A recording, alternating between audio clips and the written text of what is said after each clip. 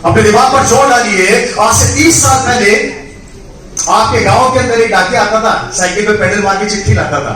जब से मेल और व्हाट्सएप पर डाकिया की छुट्टी हो गई, उसको काम से निकाल दिया गया। परिवर्तन हो रहा है, अच्छा लगा,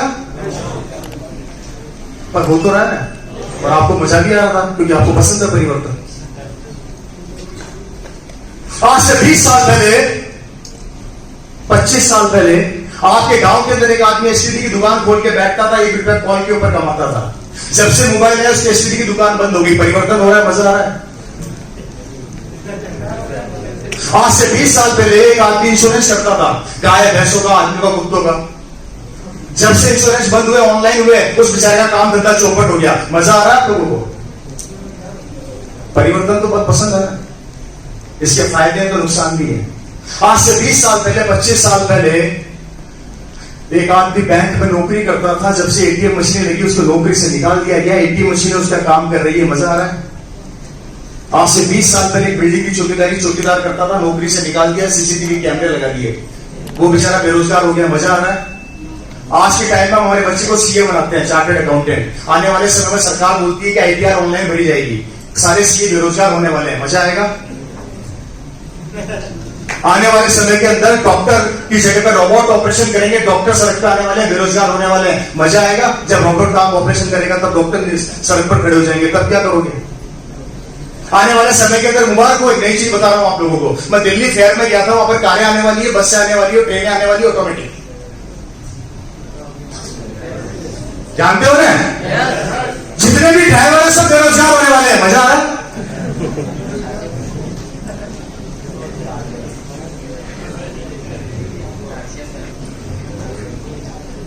अगर आने वाले समय में हमारी हर चीजों के ऊपर गाड़ियां कब्जा, रोबोट्स, मशीनें, कंप्यूटर्स, लैपटॉप कब्जा कर लेंगे तो आप पर में क्या करेंगे? कभी सोचा आप लोगों ने इस बारे में?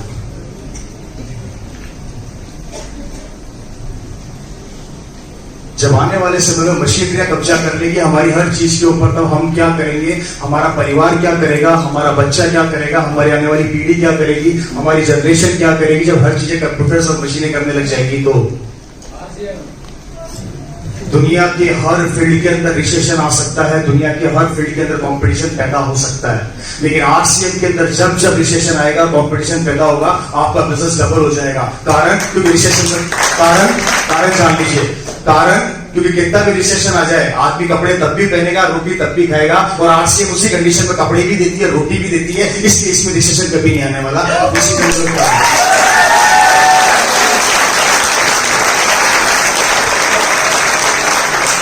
आपको अपनी सोच को बदलना पड़ेगा। निकाल के फेंको उन लोगों को जिंदगी से। अरे वो दोस्त किस काम के जो आपसे 2000 रुपए का सामान नहीं खरीद सकते, वो जिंदगी में आपका साथ क्या देंगे भाई? काय के दोस्त है, काय के दोस्त है? जब आपका दोस्त आपसे 2000 रुपए का सामान नहीं खरीद सकता तो जिंदगी में आपका साथ क्या देगा? काय के दोस्त है वो। और कब तक ऐसे की दोस्ती रखोगे? और वही दोस्त, आप में से कितने लोगों को स्कूल के अंदर सिगरेट पीना, दारू पीना सिखाया गया था? किसी को सिखाया क्या स्कूल में? किसने सिखाया? दोस्त ने। स्कूल में किस टीचर ने सिखाया आपसे दारू पीना, सिगरेट पीना? किसने सिखाया? हमारी जिंदगी बर्बाद करने के अंदर हमारे दोस्त का पूरा हाथ है, और हमारी जिंदगी आबाद करने के लिए आप उसके पीछे भागते हो तो वो आपसे दूर भागता है। तो ऐसी दोस्ती किस काम की है सर? और आप दोस्त बोलते हो, वो आपकी मर्जी क्या बोलता है, मैंने तरीका करता बोलता।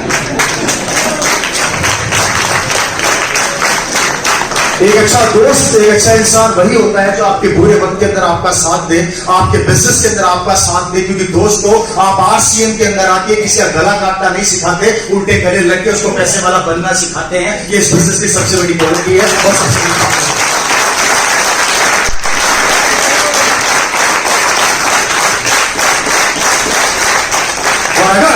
अगर आज आपने इस बिजनेस को अपना लिया और 5 साल ईमानदारी से काम कर लिया, तो मैं वादा करता हूं 5 साल बाद आपका बेटा यहां पर खड़ा होगा और दुनिया उसके पीछे चलना चालू कर देगी। लेकिन 5 साल चलना बिजनेस ज्वाइन करना महत्वपूर्ण नहीं है, मत करो बिजनेस, इससे अच्छा। अगर बिजनेस करना है तो ज्वाइन करिए और अपनी अपलाइन को फॉलो कीजिए, जो वो बोलती है उसको फॉलो करना हमारा पहला कर्तव्य होना चाहिए। क्योंकि ये अपलाइन आपका गला दबाने नहीं है, आपको पैसा सिखाने कमाना सिखाने आई है। कर सकते नहीं कर सकते? 5 साल आपको प्रोडक्ट को लेके काम करना पड़ेगा।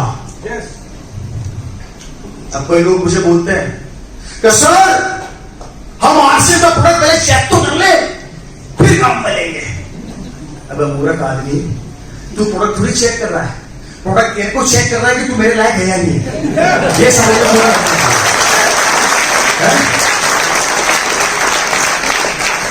5 साल से 3 साल तक आरसीएम का प्रोडक्ट आपको चेक करेगा तो तू मेरे लायक है या नहीं है। और 3 साल बाद जब ये प्रोडक्ट आपको ढंग से चेक कर लेगा, किसको? आपको ढंग से प्रोडक्ट चेक कर लेगा, तो 3 साल बाद इस प्रोडक्ट के अंदर से ब्रह्मा विष्णु और महेश तीनों देवता निकलेंगे और बोलेंगे तथास्तु, मांग तेरे को क्या चाहिए।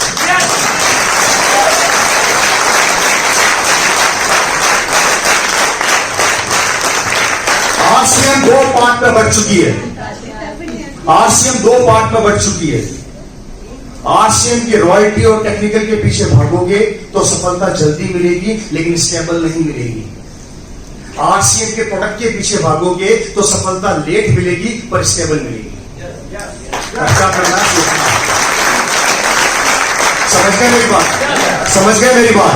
और याद रखिए, पैसे के पीछे भागोगे तो पैसा आगे आगे भागेगा, आरसीएम के सिस्टम के पीछे भागोगे तो पैसा पीछे पीछे भागेगा। आरसीएम के सिस्टम के पीछे भागोगे तो पैसा पीछे पीछे भागेगा, लेकिन आरसीएम के पैसे के पीछे भागोगे, मुझे 500 का आ जाए, मुझे 5000 का आ जाए, मुझे 50,000 का आ जाए, तो 5 रुपए का नहीं आएगा। लेकिन प्रोडक्ट के पीछे भागे, इसको खिलाऊंगा, इसको खिलाऊंगा, इसको खिलाऊंगा, इसको खिलाऊंगा, इसको खिलाऊंगा, तो पैसा बोलेगा आपको मेरी मजबूरी आना। अब निर्णय आपका किसके पीछे भागना है, किसके पीछे भागना है, किसके पीछे भागना है, किसके पीछे भागना है। अच्छा मत भागो, नहीं भागोगे तो करोगे क्या? कोई रास्ता हो तो हमें बता दो। रिपीट कर देता हूं, नौकरियां है नहीं, व्यापार करने के लिए पैसा चाहिए है नहीं, एक ही मंच बचता है, आपसे ये भी समझ में नहीं आ रहा है, तो करोगे क्या?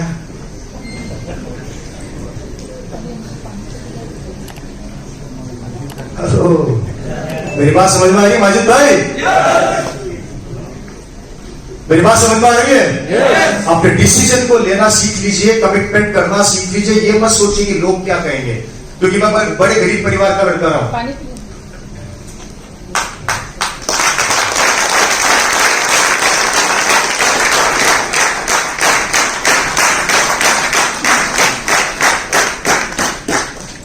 मैं बड़े गरीब परिवार का लड़का था। मेरे दादाजी रेत मशीन पे मजदूरी का काम किया करते थे।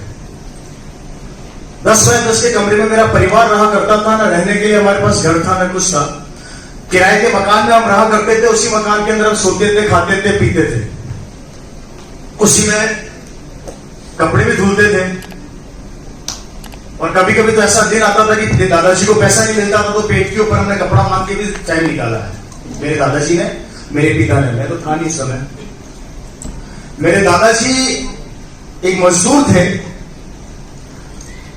मैं गुलाबपुरा विजयनगर का रहने वाला हूं।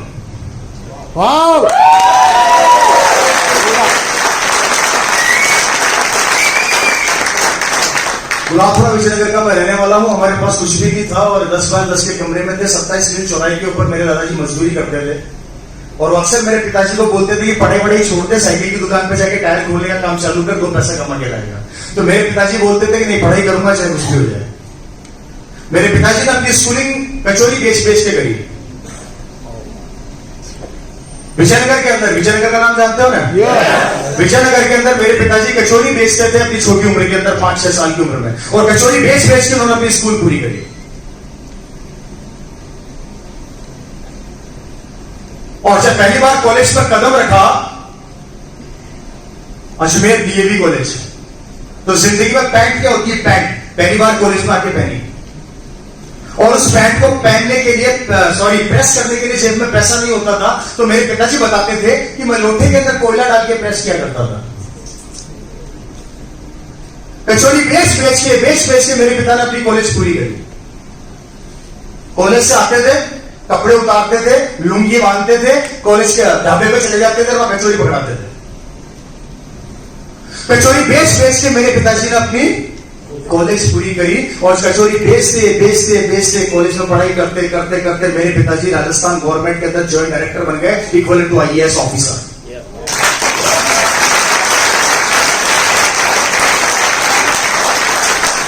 एक गरीब परिवार का लड़का जिसने स्ट्रगल चालू करके नौकरी में आया, और जब नौकरी में आया तो मेरे पिताजी की सन 2000 में सैलरी हुआ करती थी 25,000 रुपया महीना।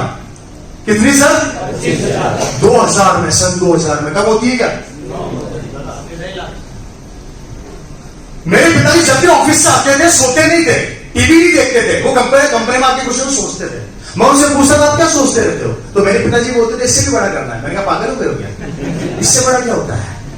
25,000 रुपया सैलरी मिल रही है आपको, सरकारी गाड़ी मिल चुकी है, जयपुर के अंदर शानदार ऑफिस राजस्थान गवर्नमेंट का, जयपुर में चौराया है भाई सुदाम, जानते हो? वहां पर बिल्डिंग है नेहरू सरकार भवन, जानते हो?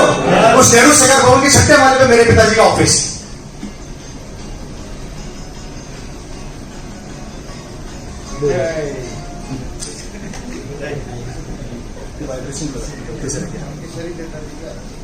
सिक्स फ्लोर के ऊपर मेरे फादर का ऑफिस था। पता कर सकते हैं स्पिन का डिपार्टमेंट है, ऑपरेटिव सर। 25,000 रुपया सैलरी, शानदार एसी कैबिन के बाद चपरासी बैठा रहता था। चपरासी की इजाजत के बिना आप अंदर जा नहीं सकते थे। 25,000 रुपया उस टाइम महीना सैलरी थी, सरकारी गाड़ी मिल चुकी थी। पिताजी ने अपने पैसों से मोटरसाइकिल खरीदी थी, कावासाकी 4 स्ट्रोक चैंपियन। उस समय आया करती थी, पता नहीं आती नहीं आती। और मेरे पास साइकिल थी BSSLR। जिंदगी चल रही थी। मेरे पिताजी ऑफिस से आते थे तो हमेशा टेंशन में रहते थे, और मैं तो अक्सर बोला करते थे मुझे इससे भी बड़ा करना है। तो मैंने पिताजी से पूछता था कि इससे बड़ा क्या करना चाहते हो आप? फिर बोले बेटा तू समझेगा नहीं, मैं जानता हूं आने वाला समय क्या होने वाला है। वक्त निकलता गया, अगस्त का महीना था सन 2000। एक आदमी भिलवाड़ा से जयपुर आया मेरे पिताजी को एक बिजनेस बताने, और इस बिजनेस का नाम था RCM।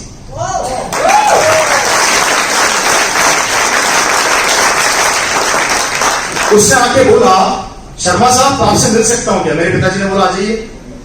सर 5 पैंटे लेकर आया हूं। भिलवाड़ा की कंपनी जिसका नाम RCM है, fashion city private limited firm का नाम है। यहां पर एक कंपनी चालू हुई है जहां कपड़ा पहनने से पैसा आता है। क्या बोला उस आदमी ने?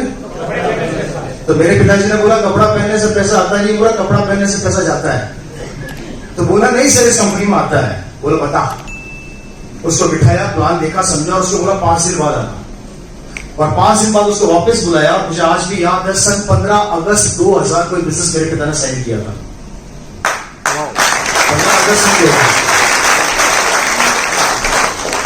को। उस समय कुछ चुने लोग हुआ करते थे। जहां तक मैं जानता हूं ना कंपनी डायरेक्ट सेलिंग में थी, न कंपनी का बैकग्राउंड डायरेक्ट सेलिंग में हुआ करता था, न कंपनी के पास प्रोडक्ट हुआ करते थे, और ना ही कंपनी के पास एग्जाम्पल हुआ करते थे। एक आदमी को कन्विंस करने के लिए घरों में जाना पड़ता था। और अगर कोई आदमी 4 आदमी ज्वाइन करा के आ जाता था तो पता क्या बोला जाता था? टाइगर मिल गया, टाइगर। कितना खतरनाक आदमी, 4 आदमी ज्वाइन करा दिए। ये उस समय की बात है जो मैंने अपने घर में देखी। हेलो। शाम को जब 15 अगस्त में सन 2000 को पिता ने साइन कर दिया था फॉर्म, तो एक दिन मेरे पास फोन आया कि रवि क्या कर रहा है? मैंने कहा पापा पढ़ाई कर रहा हूं। एक काम कर, तेरी साइकिल उठा, कल्पना कार्गो में जा, वहां से भिलवाड़ा से कपड़े की गांठ है हुई है, उस गांठ को रिक्शे में रखो, घर पे लेके आ। ये रवि शर्मा जो आपके सामने खड़ा है, 48 डिग्री सेल्सियस टेम्परेचर पर अपनी साइकिल उठाता था, पैडल मारते मारते कार्गो में जाता था, उस कपड़े की गांठ को रिक्शे में रखता था और अपने घर लेके आता था। वहां पर आज भी मेरे साइन है। मेरा पूरा परिवार, मेरी बहनें, मेरी माँ जमीन पर बैठ के वो 5 पैंटे पैक किया करते थे। पिताजी शाम को ऑफिस से आते थे, उस कागज की क्लिप को उठाते थे और पड़ोसी को जाकर बोला सर RCM कर लीजिए, इससे पैसा आता है। तो पड़ोसी बोला शर्मा जी नौकरी चली गई क्या? दूसरे पड़ोसी को जाकर बोला RCM कर लो, तो दूसरा पड़ोसी बोला शर्मा जी ठेला खरीद लो, ठेला। पूरी कॉलोनी को RCM बताया, और सबसे अच्छी बात पता क्या निकली? एक ने भी ज्वाइन नहीं किया।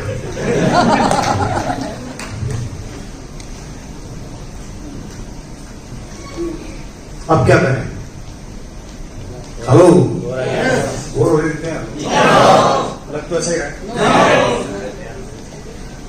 किसी आदमी ने ज्वाइन नहीं किया, प्रोडक्ट घर में पड़े थे, हम पागल से हो गए, पिताजी ने नौकरी छोड़ दी। पिताजी बोले करूंगा तो आरसीएम करूंगा। मैंने बोला इनको हो क्या है? मम्मी बोलती थी भाई क्या चक्कर है आपका, घर का खर्चा कैसे चलेगा? तो मेरी मम्मी को बोलते थे कि तू मेरा काम कर, मुझे करने दे। मुझे आज भी याद है वो दिन, एक भी आदमी ने साइन नहीं किया था, घर में कपड़े आ चुके थे, 25 फीट आ गए थे। उस टाइम जहां तक मुझे याद है आरडी सिस्टम चला करती थी, राइट सर? आरडी सिस्टम चला करती थी, 25,000 रुपए के अंदर 25 फीट आया करते थे। और एक आरडी जो हमारे घर में खुली थी, उस आरडी का नाम था पीके डिस्ट्रीब्यूटर, मुझे आज भी याद है। वो कपड़े घर में आ गए, साइन किसी ने नहीं किया। सुबह दूध वाला दूध देने आता तो बोलता और आज से कुछ आया क्या? शाम को सब्जी वाला सब्जी देने आता तो बोलता और आज से कुछ आया क्या? पूरी कॉलोनी में बदनामी हो गई। शाम को परिवार, मेरी बहनें और मदर घूमने निकलती तो लोग बोलते और आरसीएम कुछ आया?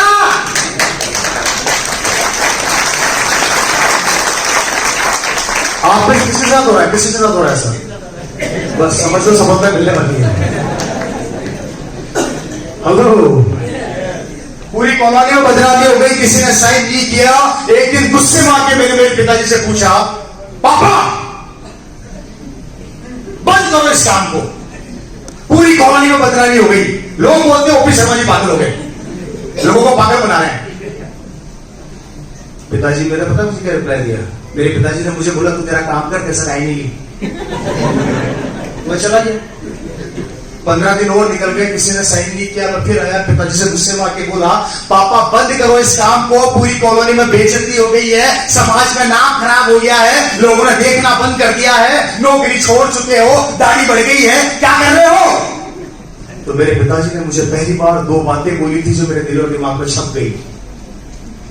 मेरे पिताजी ने मुझे कहा था कि बेटा आज बताता हूं तेरे को मैं आरसीएम बिजनेस के पीछे पागल क्यों हूं। मेरे पिताजी ने मुझे कहा था कि रवि ये आरसीएम बिजनेस मैं मेरे लिए नहीं कर रहा, सरकार मुझे 25,000 रुपया सैलरी देती है, जब मरूंगा तब मेरी सैलरी 1 लाख रुपया महीना होगी। ये आरसीएम बिजनेस मैं मेरे लिए नहीं कर रहा बेटा, ये आरसीएम बिजनेस मैं तेरे लिए कर रहा हूं कि अगर कल को मेरी नौकरी चली जाती है या मैं इस दुनिया में नहीं रहता तो ये आरसीएम बिजनेस तेरे को उस पोजीशन पर पहुंचा देगा जहां से तेरा पिता छोड़ के इस दुनिया से जाएगा।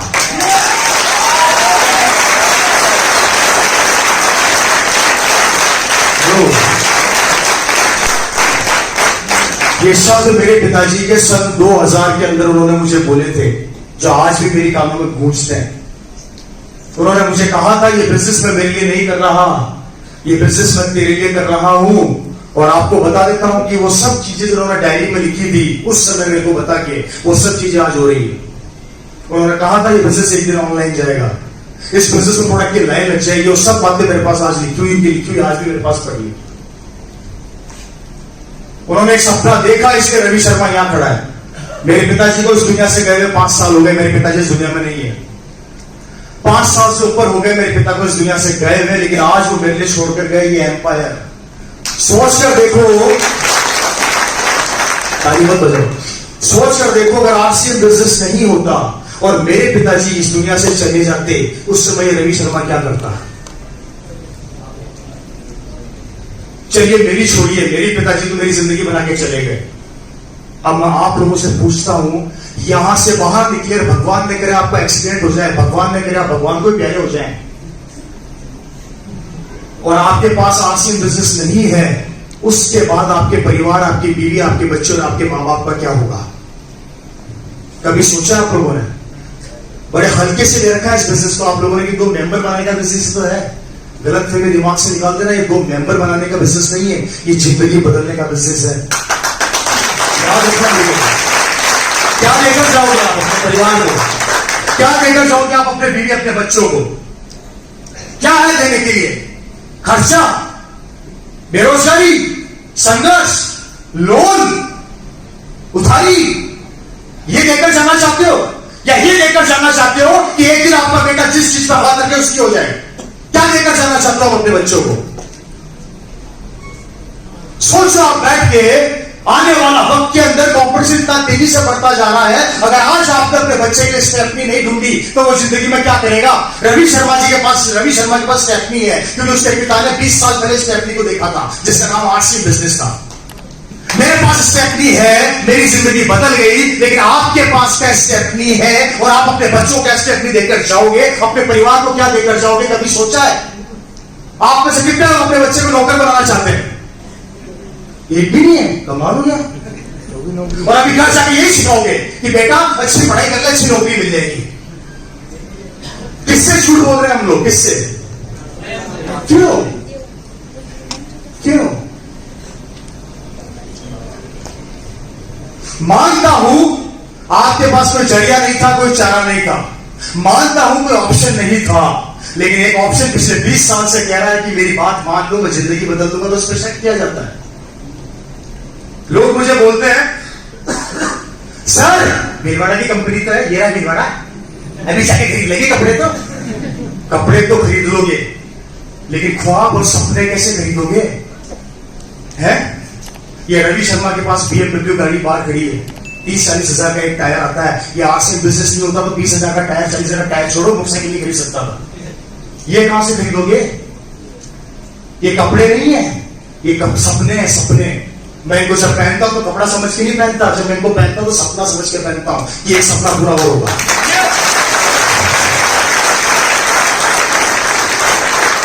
क्या है हमारे फ्यूचर में? क्या है बच्चों को देने के लिए? 5 साल ईमानदारी से मैं कहता हूं इस बिजनेस पर काम कर लेना, आपकी जिंदगी जो करो 45 साल मैं नहीं जानना चाहता। मैं 5 साल कह रहा हूं, अपनी अपलाइन की बात मान लेना और सामान की खरीद करना चालू कर देना, रुकना मत। 5 साल बाद आपका बेटा यहां पर खड़ा होगा और जिस चीज पर हाथ रखेगा उसकी हो जाएगी जिंदगी।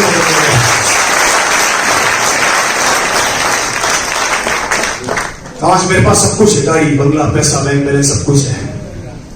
मैं पैसे के लिए काम नहीं करता, मैं पैसे के लिए काम नहीं करता दोस्तों। सिस्टम में इतना पैसा आता है कि पैसा मेरे लिए काम करता है।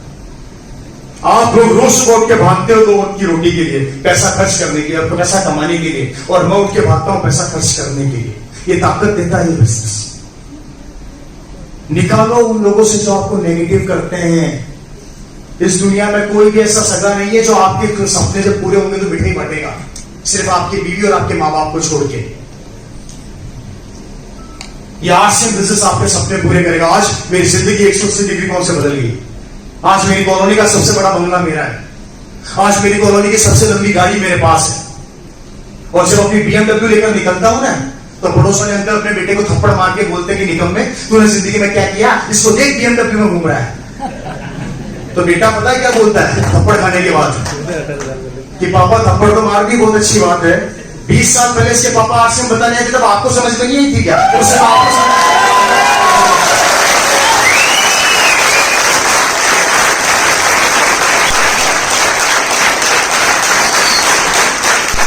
किससे डरना यार, किससे डरना? कुछ तो लोग कहेंगे लोगों का काम है कहने दो। मोदी जी को गालियां पड़ती है तो क्या उन्होंने सीएम गिरी छोड़ दी? इतना आज भी सीएम बनेंगे। कारण क्योंकि मोदी जी को पता है मुझे गालियां पड़ती है, कोई फर्क नहीं पड़ता, मेरा target chief minister, sorry prime minister बनना है। उनका टारगेट क्या है? उनको उनका टारगेट नजर आ रहा है कि मुझे प्राइम मिनिस्टर बनना है, चाहे कितनी गालियां मारो, चाहे कितना कुछ मारो। और हमारे को 4 आदमी ये बोलते रहे, अरे आरसी कर रहा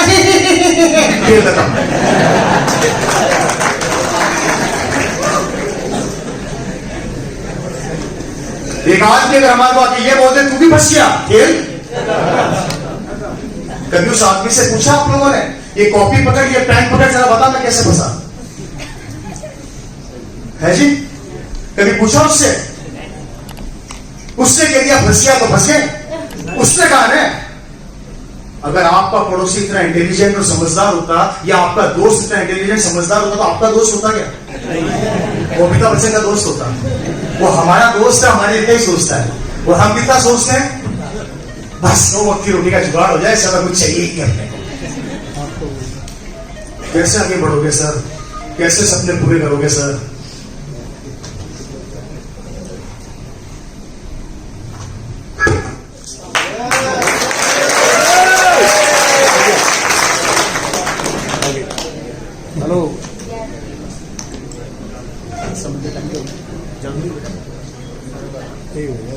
टाइम है, हो गया टाइम है बहुत। एक बजे। हेलो, कैसे सबके पूरे करेंगे मेरे को बताइए, मुझे समझाइए दोस्तों। इस महंगाई के दौर में जहां हर चीज में कंपटीशन बढ़ रहा है, अगर आप चाहते हैं कि आपके सपने, आपके ख्वाब, आपका वाला भविष्य सिक्योर हो, तो मेरी एक बात मानना, मान सकते हैं? मान सकते हैं? कमिटमेंट कर लो अपने आप से कि लगातार मीटिंग और सेमिनार को मिस नहीं करूंगा, चाहे कुछ भी हो जाए। कर सकते हैं? लगातार प्रोडक्ट की परचेज करूंगा, लगातार सामान की परचेज करूंगा, जब तक की सफलता मेरी कृपा के खड़ी ना हो जाए, तब तक खरीदता रहूंगा। याद रखना, यहां से खरीदोगे तो आपका बच्चा करोड़पति बनेगा, लखपति बनेगा, और बाहर से खरीदोगे तो शाहरुख खान का बच्चा करोड़पति बनेगा और लखपति बनेगा। निर्णय आपका, किसको बनाना है जी? किसको बनाना है? अपने बच्चे को बनाना है तो दुकान बदल लो, और शाहरुख खान के बच्चे को बनाना है तो बाहर से खरीदते रहो। और बड़ा आश्चर्य की बात है सर, इन सबको पता है कि शाहरुख खान का बेटा क्या करेगा, इन सबको पता है अमिताभ बच्चन का बेटा क्या करेगा, इन सबको पता है कि यहाँ के पॉलिटिशियन का बेटा क्या करेगा। अगर इनसे पूछा आपका बेटा क्या करेगा, तो सारे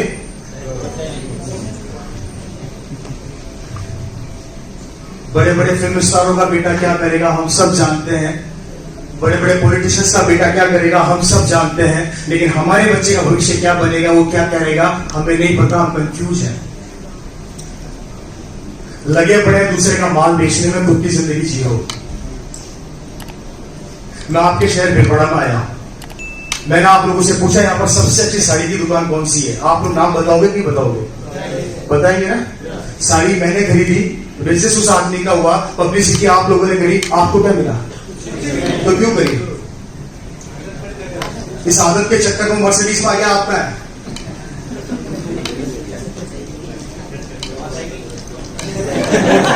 कब तक रहोगे? कब तक? बड़ा दर्द होता है मुझे जब लंबी गाड़ी बगल में आके रुकती है तो उसको बड़े ध्यान से देखते हैं, ये गाड़ी दिखती है इसमें क्या क्या है, लेकिन कोई ये सपना नहीं बनाता कि गाड़ी एक दिन मेरे पास भी हो। और सपना बनाइए दोस्तों, एक प्लेटफॉर्म आपका इंतजार कर रहा है, क्योंकि ये दुनिया का वो प्लेटफॉर्म है जहां पर कभी ये नहीं पूछा जाता कि तू कितना पढ़ा लिखा है, तू किस समाज का है, तू किस गांव का है, तू किस शहर का है,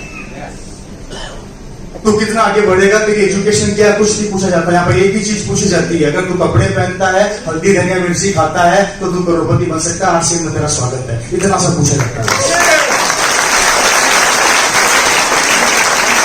और नहीं तो बेचते रहो दूसरे का माल, बेचते रहो। यहां किसी को बोल दो भैया पड़ोसी को नमक दे के आ जा, तो शर्म आती है, और बाहर दूसरे का नमक बेच रहे हो पता ही नहीं। मेरे पास अच्छा एग्जांपल है, अपनी मीटिंग में देता हूं। आप लोगों ने एक पिक्चर देखी साउथ से, इतनी साउथ से, उस पिक्चर ने 2000 करोड़ का बिजनेस किया था थोड़े दिनों पहले। कौन था ये? बाहुबली। इस पिक्चर का आंकड़े बता रहा हूं और आपकी ताकत दिखा रहा हूं। इस मूवी ने रिलीज होने से पहले 500 करोड़ का बिजनेस कर दिया, और रिलीज होने के बाद 2000 करोड़ का। इसका डायरेक्टर करोड़पति बन गया, इसका हीरो अरबपति बन गया, सुपरस्टार हो गया, है या नहीं? है या नहीं? 2000 करोड़ का बिजनेस किया इस मूवी ने, जिसका नाम था बाहुबली 2। इतना गजब का बिजनेस, रातों रात स्टार्ट, और आप पर मैं आज बाहुबली कर रहे हैं, नहीं कर रहे हैं। और एक छोटी सी बात जानने का, हमने 2000 करोड़ रुपए वहां पहुंचा दिया, एक छोटी सी बात जानने का कि कटप्पा ने बाहुबली को क्यों मारा। क्या जानने का? इतनी सी बात जानने का 2000 करोड़ रुपया हमने वहां पहुंचा दिया, वो करोड़पति बन गए। कौन कटप्पा कौन बाहुबली, जो नहीं जानता था उसको 4000 करोड़ बताया, उनकी जिंदगियां बदल गई, वो लखपति करोड़पति हो गए, हम वहीं के वहीं हैं। कटप्पा ने बाहुबली को क्यों मारा, ये जानने का आप लोगों के पास पैसा और समय दोनों था। अब एक सवाल मैं करूं, आपका बेटा भविष्य में क्या करेगा ये जानने का समय है। आप अपनी बच्ची की शादी कैसे करेंगे ये जानने का समय है। आपका कर्जा कैसे चुकेगा ये जानने का समय है। आप अपने गांव में अपना बंगला कैसे बनाओगे ये जानने का समय है। आपकी गिरवी पड़ी हुई जमीन को कैसे छुड़ाओगे ये जानने का समय है। आपका लोन कैसे चुकाओगे ये जानने का समय है। ये जानने का समय हमारे पास नहीं है, लेकिन कटप्पा ने बाहुबली को क्यों मारा ये जानने का समय भी है और पैसा भी है। तो बताइए समझदार कौन है, कटप्पा बाहुबली या आप कौन है?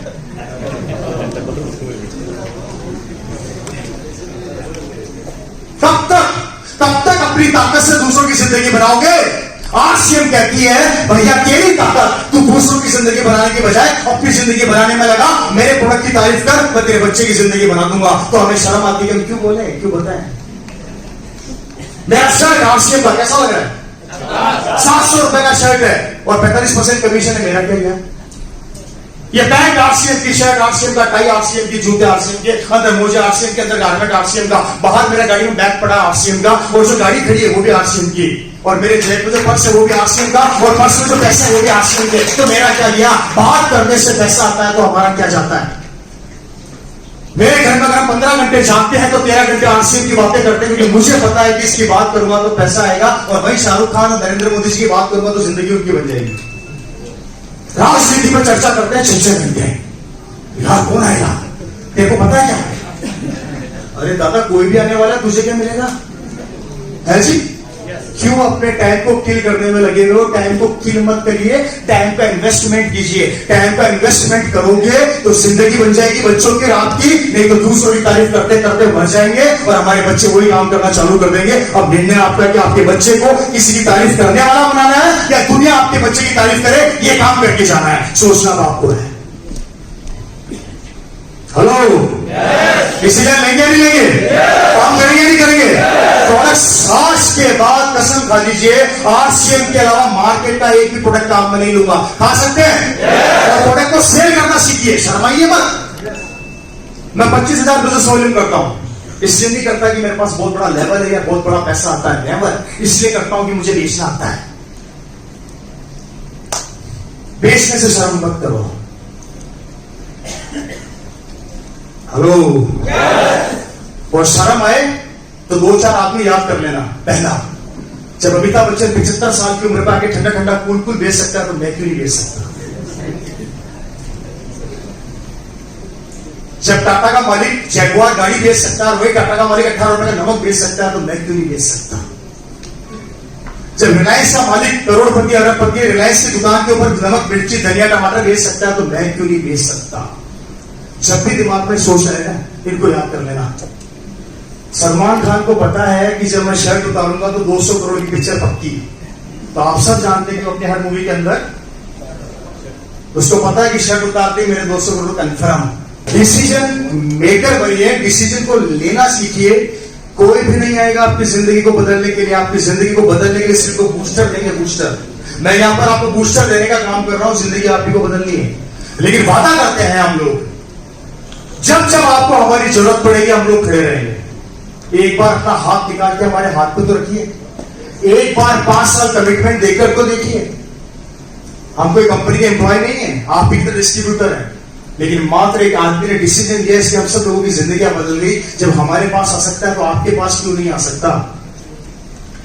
निर्णय लेना सीखिए, और ये निर्णय एक दिन आपके बच्चे की जिंदगी को बना देगा। आज ओपी शर्मा जी ने निर्णय लिया था, इसलिए मेरी जिंदगी पूरी परिवर्तित हो गई।